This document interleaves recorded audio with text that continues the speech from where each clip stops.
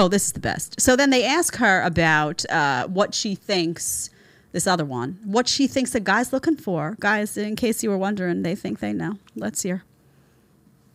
Ideal man wants an ambitious woman. I'm not saying that that's what I want him to want. So we're just going to go what you say now. All right, so you think he wants ambitious. What else? He wants a goal-oriented woman. Goal-oriented. What else? Yeah, and then someone... one more. And someone who's going to bring to the table exactly what he brings to the table. Why would you, to dumb her, why would you want to date somebody? Oh, God. Why would a guy want to date somebody who brings to the table exactly what he already brings to the table? He doesn't want to date himself, honey. He certainly doesn't want to date a woman acting like him. He's looking to date somebody who's different so that when you come together and form a beautiful union, he's bringing stuff to the table and you're bringing different stuff to the table. That's called a complementary union, and that creates a whole package. And by the way, creates a whole healthy picture for a child that you bring into the world. Why is he looking, if he's goal-oriented, why does he need you to be goal-oriented too? You think that's on his list? Now, if you are goal-oriented, okay, but you're saying what the guy's looking for. You think, go around and ask guys, what are you looking for in a woman? And tell me how many report back, I need her to be goal-oriented. Tell me if that's in their top 5. I'll wait. Tell me if you can find one. Goal-oriented. That's it. That's on my top. Come on. Do you believe this stuff? I can't. So, and herein lies the problem. Because again, they don't know what men want. They think they know what men want, and they're doing stuff to try to attract men. That's the opposite of what men actually want. So they're alone, they're mad, and they're blaming men. Listen to guys when you ask them. Listen, when you say to guys, hey, listen, what are you looking for in a woman? And they tell you, instead of getting offended and be like, oh, that's not true. Listen to what they're telling you.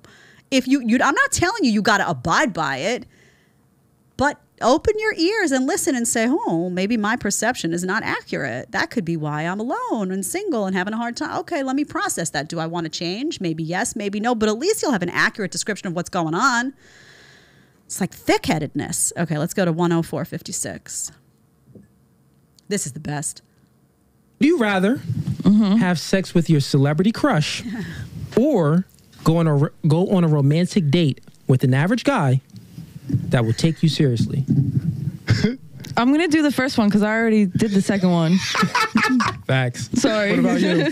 I've been dreaming about this moment. What about you, Bridget? The same answer. Absolutely. Celebrity crush? Celebrity, yeah. Who got celebrity? What's the question? The question is, would you rather have sex with a celebrity crush or go out on a romantic date with an average guy, but he'll take you seriously?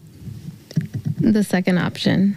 Okay. First, I'm going to make him have the best night of his life. I'm going to swallow his whole body.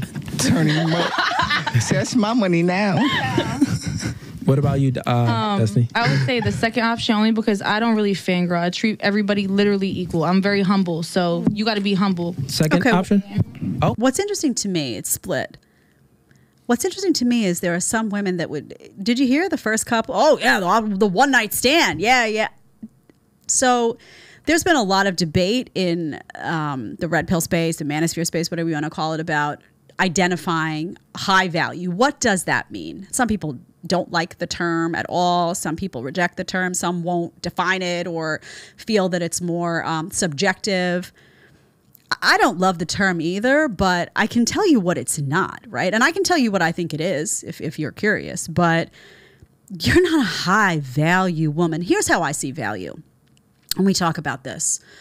Value is what you bring to a marketplace. I think of it in terms of economics, right? So if you're a worker and let's say you have a certain job, whatever it may be, your value in that employment marketplace is what you bring to the table and how appealing you are and how, attractive you are to employers and, what are your odds of getting hired. And some things that go into that are your experience, your skill set, your education, your whatever that looks like, be it a traditional education or a trade school, your references, whatever that may be that creates that value. It's not just subjective. You can't just be like, well, I'm a value to the company and you're like useless and do nothing and counterproductive to their success. It doesn't work like that. You don't just have value. In the same way, if you look at dating like a marketplace, and it is to an extent how it is, right? You look at what you bring to the table. You don't just say, well, no, you don't. What are you bringing to the table? And men and women bring different things to the table. So what's interesting to me is that, first of all, people should define it, because if we're going to have a conversation about this, we need to know where you're coming from on that.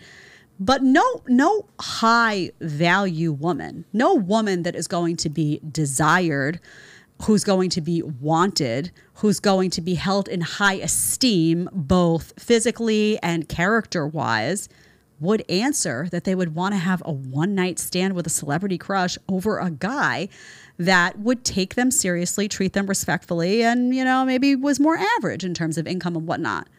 High-value women do not choose emotionless sex and one-night stands ever. Ever. It's not in their DNA. They don't want it. They have way too much self-respect. They would never choose that. Ever.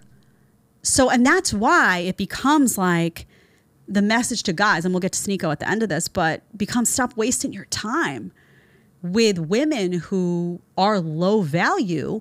And by low value means they don't respect themselves. Stop giving them time, and yes, if a one-night stand is your time, stop doing that. Stop involving yourself in that whole scam, and instead focus on women. If you really care, ultimately, when you're going to get married to somebody and you want someone who's going to be a great mom, focus on them from the start.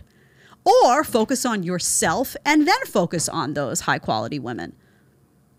Why do you need to be spending time with low-quality women? And by the way, I say the same advice to women out there listening. You don't need to spend your time on low-quality guys. If you like the short clip and want to watch the full episode, click here. And if you want to connect with me one-on-one on Connect, you're going to click right here. Let's get to talking.